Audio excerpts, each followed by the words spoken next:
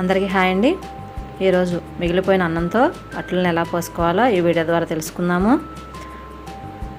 ఇవి పుల్లట్లలాగా చాలా టేస్ట్గా ఉంటాయి. తయారీ విధానం: ముందుగా ఒక బౌల్లోకి మనం మిగిలిపోయిన అన్నాన్ని తీసుకుందాము.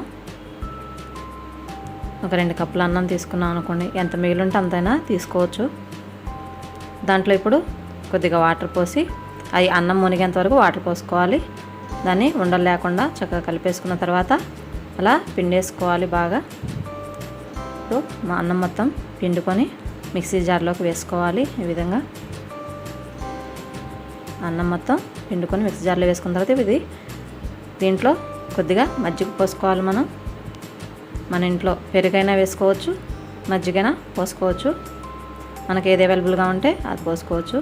మిక్సీ పట్టేసుకున్న తర్వాత అన్నం ఈ విధంగా తయారవుతుంది.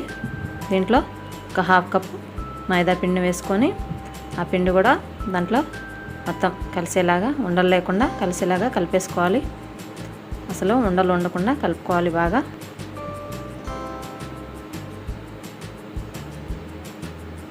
చూసారు కదా, ఇప్పుడు దోసపిండిలా తయారైపోయింది. దీన్ని ఒక అరగంట పక్కన పెట్టేసుకుందాం. చూడండి, ఒక దోసపిండి తయారైంది. ఇది అన్నంతో చేశారంటే ఎవరు నమ్ముతారండి? లేదు కదా. ఇప్పుడు దీంట్లో కొద్దిగా జీలకర్ర వేసుకోవాలి. అలాగే 3 సన్నగా తరిగిన పచ్చిమిర్చి, మన ఇష్టం, కారం ఎంత కావాలనుకుంటే అంత వేసుకోవచ్చు. అలాగే సన్నగా తరిగిన ఉల్లిపాయ ముక్కలు, ఒక మీడియం సైజు ఉల్లిపాయని తీసుకొని సన్నగా కట్ చేసుకోవాలి. ఇవి ఒకసారి మిక్స్ చేసేసుకున్న తర్వాత దీంట్లో కొద్దిగా సాల్ట్ కూడా వేసేసుకోవాలి. అది మొత్తం కలిపేసుకోవాలి. ఇప్పుడు అట్లు పోసుకోవడానికి పిండి రెడీ అయిపోయింది. స్టవ్ మీద పెనం పెట్టేసుకున్నాం. దీంట్లో ఒక 2 చుక్కల ఆయిల్ వేసుకొని పెనం మీద మొత్తం రాసుకోవాలి. ఇప్పుడు ఆ పిండిని అట్లాగా పోసేసుకోవాలి. సరే, తయారైపోయింది. అట్టు తయారైపోయింది.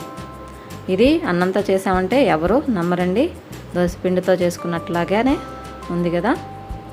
ఇప్పుడు దీన్ని ప్లేట్లోకి తీసేసుకుందాం. మిగిలిన పిండితో కూడా అట్లు పోసుకోవాలి.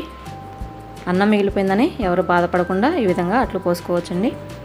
ఈ వీడియో కనుక మీకు నచ్చినట్లయితే లైక్ చేయండి. నా ఛానల్ సబ్స్క్రైబ్ చేసుకోగలరు. అందరికీ థ్యాంక్ యూ.